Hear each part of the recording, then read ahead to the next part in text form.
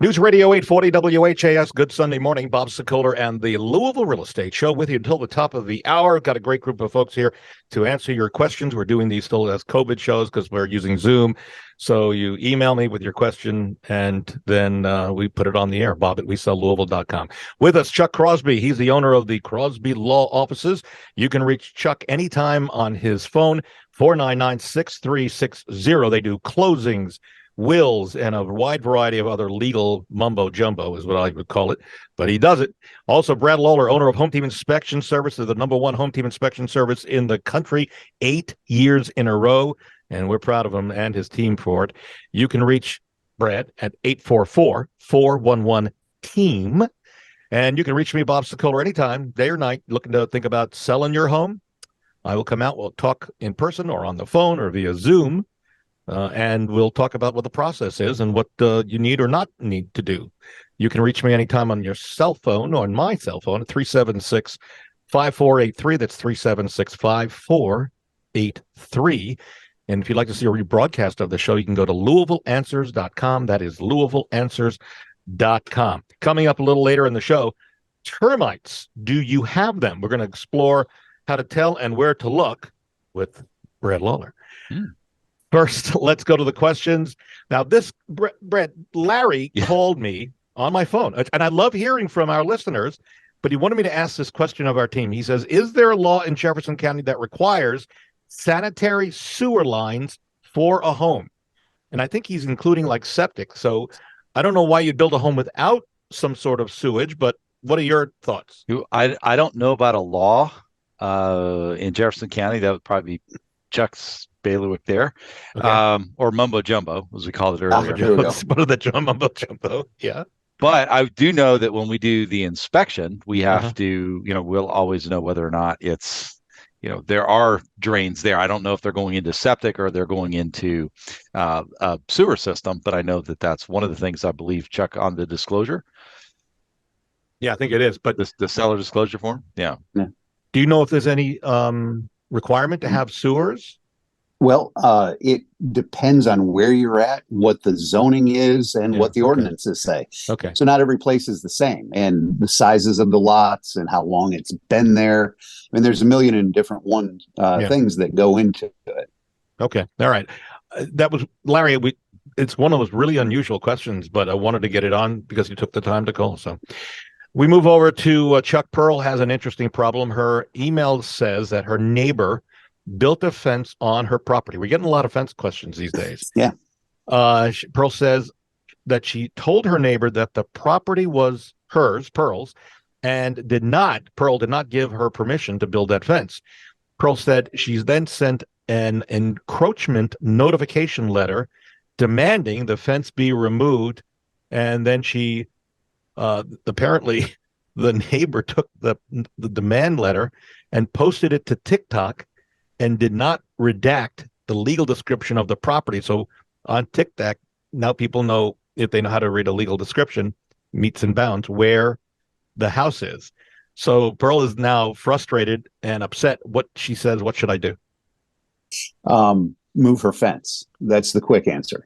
The fact is, if she did not do a survey to determine where the fence should go, then she's liable for the encroachment, which is what the letter says. But remember, Pearl was the one saying the neighbor built the fence on I'm sorry. property. Have I got the parties mixed? Yeah, it's turned around. Oh, right. Well, if Pearl has sent out a letter, so Pearl sent the letter of encroachment. Right.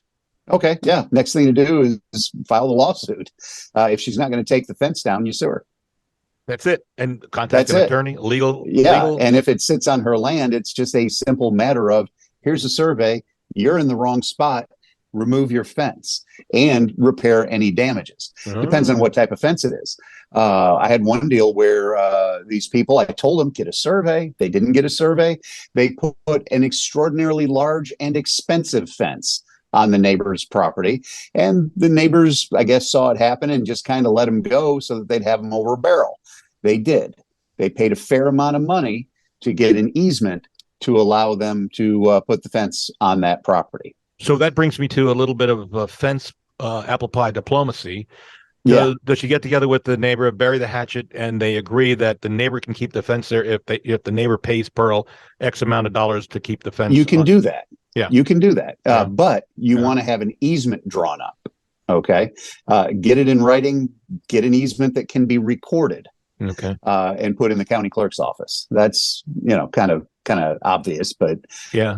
some people just do it with a hug and a handshake, and a hug and a handshake isn't going to get it. And a kiss and a prayer. And we should point out, going to the internet to get that form probably is not going to be the best solution, right, Chuck? It's not. I have seen those, and it's horrible. Yeah. If you just give me a call, you'll find out that it's not that expensive. No, it's not.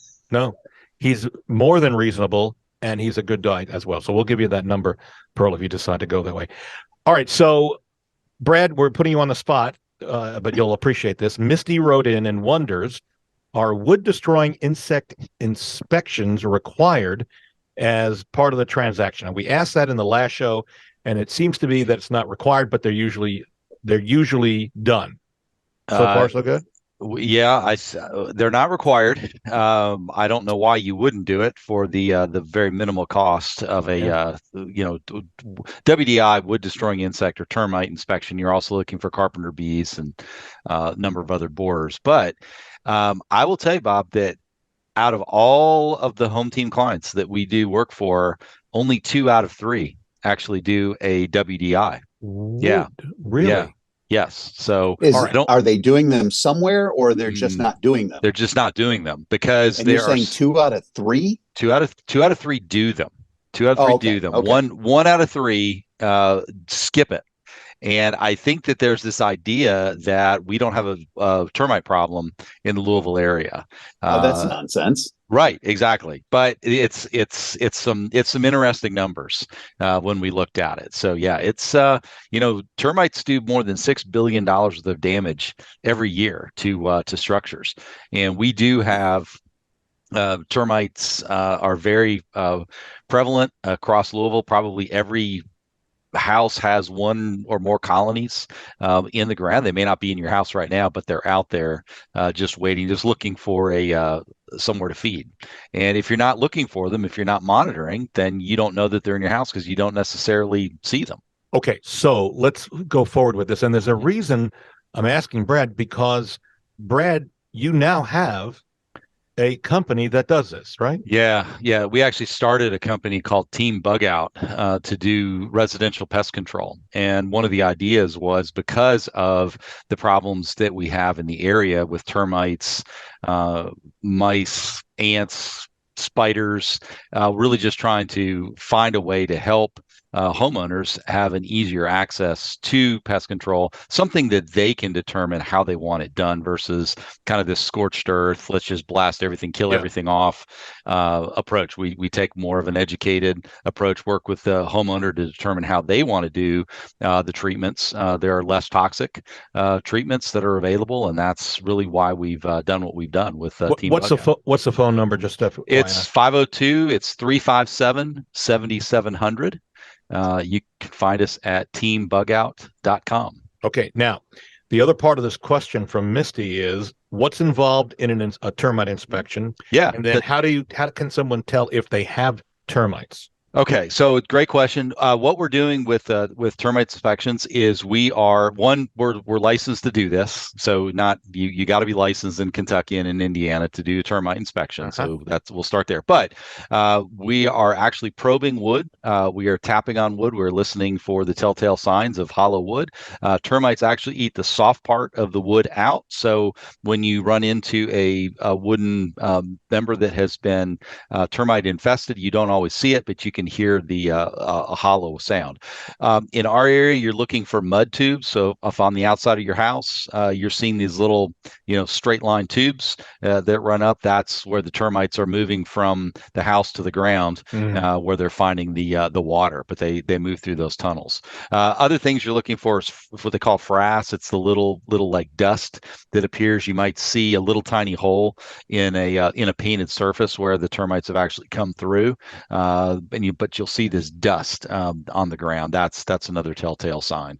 So Chuck and I are just curious, as we wrap this up on termites, when you're termite people are inspecting for termites, Mhm. are they wearing stethoscopes and white lab coats? No, mine aren't. Mine are armed with long screwdrivers and using Okay. them like a drumstick, looking for hollow sounds in places that are soft. It was Yeah. just a vision. It's just, Yeah. I. Might try that. I mean, I Try don't it, know yeah. that I don't know that I need a gimmick, but maybe No, we'll white do that. coat, a Yeah, white coat coats and and the stethoscope. stethoscope. Okay. Powell, Chuck, owns a home that's on the market and had a showing. And he said he came home to find broken formal. There's a place setter, I guess what he's saying, a formal dining room place setter on the floor. So Powell's wondering how to proceed. He doesn't want to make a big thing out of it, but does Powell get in contact with the owner, the broker, the agent, the buyer? What would you suggest on this? A little vague on the parties there again. So Powell owns a home. It's on the market. He owns the home. Owns Okay. the home, comes home. This place setter is on the floor in pieces. What's a place setter? Oh, so you don't know? Really? No. Really? Well, this is mark this day in history, ladies and gentlemen, because this is one time that we found something that Chuck doesn't know. Well, you go ask Sherry what up. No, it's place setter is a formal fancy plate that's put down before you put a dining table type of plate on top of it. Like at the fancy restaurants where you have a charger. A charger. I call it a charger. Place setter. Okay. Yeah. So maybe you don't. And put that's on the floor broken. Yeah, it's on. And he thinks that one of the people that went through looking at the house knocked it over. Yeah, I'd get in touch with the agent and say, hey, your people broke something. They really probably ought to make it good. The dollar amount is going to come into play. Yeah. But it's like anything else. If I break something of yours, I've damaged you, I'm liable for it. The question is it worth your while to come after me? Yeah. But a simple usually call. If I'm in your house and I break something, you call me up and say, hey, Chuck, sorry, you broke something. I'm going to pull out my wallet. Yeah. I mean, most people would. You would hope. In this case, Powell, what I would tell you is call your agent. Your agent's going to call the buyer's agent and say, hey, here's the situation. And even the buyer's agent could come out of pocket to reimburse you for the place setter or whatever you want to call it, right? That thing that now Chuck knows. All right. We're going to take a break. And when we come back, more of your questions. We do have a slew of these things coming in. We thank, of course, and they will continue to stay, Chuck Crosby Law Offices, 499-6360. They do closings, wills, and a variety of other things. Brad Lawler, owner of Home Team Inspection Service. They come in as a team. They do a great job, and they give you a beautiful typewritten, picture-embedded report that will be easy to understand. That's probably the most important thing. 844-411-TEAM. If you're thinking about selling your home, I am here to help you, let you know the market is hot, red hot, and it's not like it was a year ago. So for buyers, for the most part, you put your home on the market, you maybe get 1 or 2 offers in the first week or so, though I had 7+ offers and 72 showings in 24 hours this past 2 weeks ago. But just telling you, it's there. So call me. We'll come out free, no obligation. We'll talk 376-5483. We're back in a moment on News Radio 840 WHAS. News Radio 840 WHAS, Bob Sokoler, the Louisville Real Estate Show. We're here with you till the top of the hour. Continuing with us, Chuck Crosby, who owns the Crosby Law Offices. They do a great job for getting your home closed at the closing table. And I will tell you, Chuck is extremely entertaining and just a super nice guy. And you might even learn about cooking recipes while you're there. You can reach Chuck at 499-6360. Brad Lawler, another super nice guy. Home Team Inspection Service. They come in as a team. You can reach Brad and his team at 844-411-TEAM.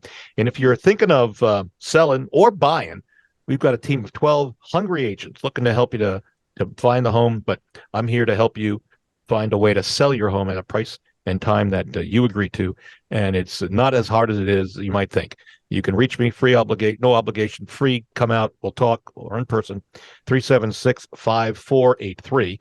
If you want to see what some of the reviews are on myself and the team, go to LouisvilleZillow.com or LouisvilleGoogle.com. All right.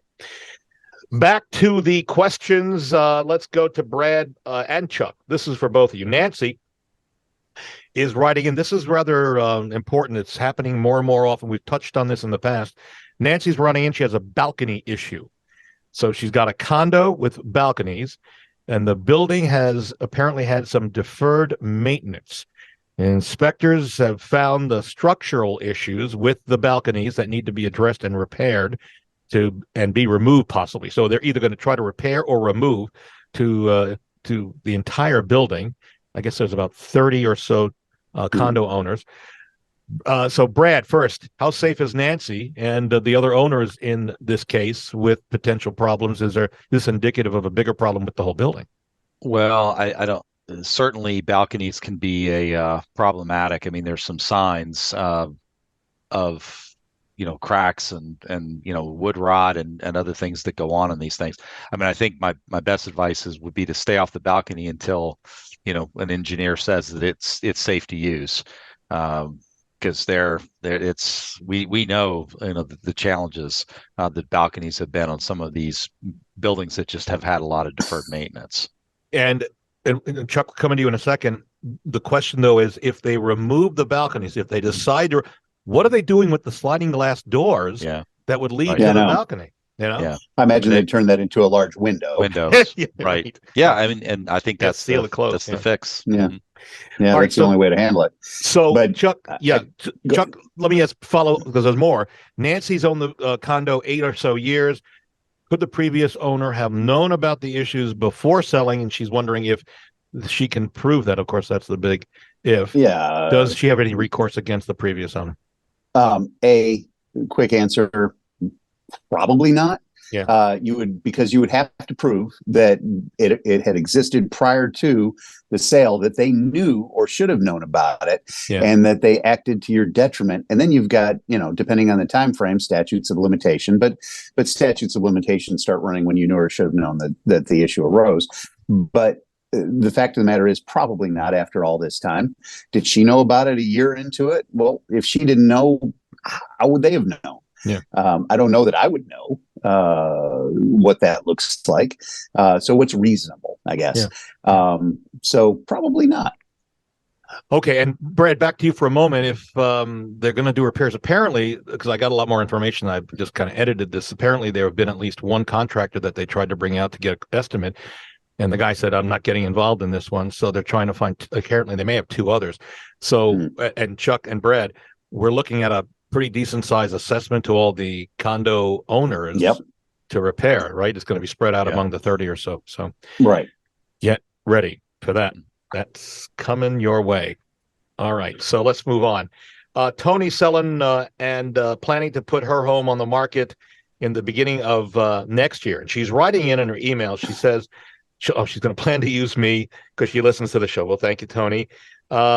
She's wondering, besides the standard stuff, making sure the light bulbs work, carpets are cleaned, what are some of the other things that she should start working on in preparation of the sale for her home? And Brad, she's specifically asking you, does a home inspector come out and do a walkthrough, or you really do a pre-inspection? And I would certainly go out there. She's asking if I would come out. Yes, I do that for a lot of our clients. Right. Well, I was going to say, Bob, you text me pictures all the time from potential listings saying, hey, is this a problem? Is that a problem? Yeah. So, I mean, I think certainly getting the real estate pro in there to kind of help walk you through it. You guys, I know you have a checklist for, what sellers should do to get a property ready. But, a lot of times, particularly in these estate type sales, or mom and dad have moved somewhere else, now the kids are dealing with the house, selling it, where they just don't know the problems. A pre-listing inspection by a home inspector is probably going to be the most cost-effective way of doing it, because then you can protect the equity in your house. You can control which contractors and tradespeople come in, make the repairs. You can, more easily, even those things that a handyman can come in and take care of. And then, I mean, I know that, the question always comes up, well, but, that has to be disclosed, right? Well, yeah, okay, but you've repaired the problems. You got the receipts. You've taken care of the issues. So it really does help someone selling a home by doing that pre-listing, just to kind of protect the equity. I understand the market is changing. It's not what it's been the last couple of years. You're probably not going to get a whole bunch of, all of these crazy high multiple offers on every house. So things have changed. And I think the pre-listing inspection, is going to kind of help you, present your house in the best possible light to the buyers coming in. And we should point out, I was going to say, from my viewpoint, If you find that there is something that should have been disclosed that wasn't, the argument of, well, I willfully looked the other way so that I could say I didn't know, isn't a real winner. We talked, Brad brought up the pictures that we communicate back and forth. 2 weeks ago, I sent him a picture of the dreaded Federal Pacific panel. We haven't had a question on it recently. No, and that one was absolutely beautiful, Bob. I mean, that was one of the most pristine stab lock panels I've seen in a long time. The orange tags were nice and bright, shiny, clean panel. But you send me some interesting things. I mean, electrical, junction boxes and bathtubs, and lots of things that are out there that people are just wanting to make sure they're doing the right things. There's a question on the file I'm going to bring to the front in a couple of shows here about Federal Pacific and why is it so bad. So we'll talk about that now. Chuck, over to you. This is a tough one, sir. I will let you know up front. Annette is an agent in town, and she's the one who wrote this to us. She received a love letter on one of the properties that she had listed, which included a picture of the family. She thought that the National Association of Realtors had put a stop to sending love letters, and especially pictures in those love letters. And she sent it on to the seller, her clients. She's wondering, did she break any regulations when she forwarded the love letter and the picture to the sellers? I don't really keep track of what the NAR says you should or shouldn't do. I don't think she broke any Kentucky law. Whether or not there's an ethics law or an ethics regulation with the variety of different organizations to which she may belong is a whole other ball of wax. But there's no law in Kentucky that says you can't pass that on. And so if you're wondering about what a love letter is, so it's where the buyer writes a letter to the seller explaining how much he or she or they as a couple love the house that the seller is selling. It's meant to sway the heart of the seller. And then some put a picture. In the past, I've also seen videos. And it's the belief of some realtors and maybe the National Association of Realtors that is discriminatory because it allows the seller to see things and hear and read about the buyer that may give the buyer an unequaled leg up on anybody else. So it's been a big issue, and it continues to be a big issue, and we'll delve into it further. I'll try to get something from the higher ups here at Remax Properties East as to what the positions are. But this is one of the controversies that we deal with, and here it happened before, and maybe it's starting to come back again. Just so all my fellow agents know that it's out there. So Brad, the one of the things that I'm constantly looking for are problems, letters from clients with animals. From our social media account, we heard Roman says it was out for a walk, and I realize you're not an animal expert on what he's about to ask, but maybe you have it. Maybe Chuck, you do. He says he thinks he saw a coyote at the Crescent Hill Golf Course, and I don't mean a radio DJ coyote. I mean the actual coyote animal. And he says, how prevalent? Do we know how prevalent they are? How dangerous are they? They can be dangerous to small animals, right? As far as are they prevalent, I know they're out in my neck of the woods. Out really? East. Oh yeah, they're we out have here. some in our neck of the woods. Yeah. So I mean, I know they're out, and any of us who look at the Nextdoor app, I mean, you're people posting pictures all the time of coyotes that they caught on their camera, or people warning about little dogs that are getting attacked. I think they're pretty solitary as far as, I mean, I think they're going to leave you alone, but if they find a little animal out there, a little pet, cat or small dog, I mean, they're predators. So I mean, I think that they're going to be looking for that. I don't know of you hear people talking about foxes that they're out in the daytime and concerned about them, and some appearing to be more aggressive than others. But I heard hawks are also out there. Hawks are everywhere. Oh yeah, they're we've got all over the place. We've got two of them that generally hang out above our house. Yeah, and every now and again they'll come swooping down at me and the dog when we're taking our morning walk. Really? And it's a little it's a little eerie to see something that big come swooping in your direction. But with coyotes, we had some at our association And people were freaking out. Oh, they're dangerous. They're going to eat me. And it's like, no, they generally stay to themselves. You're supposed to have your dogs on a leash anyhow, so just, don't let your little bitty dogs go running around.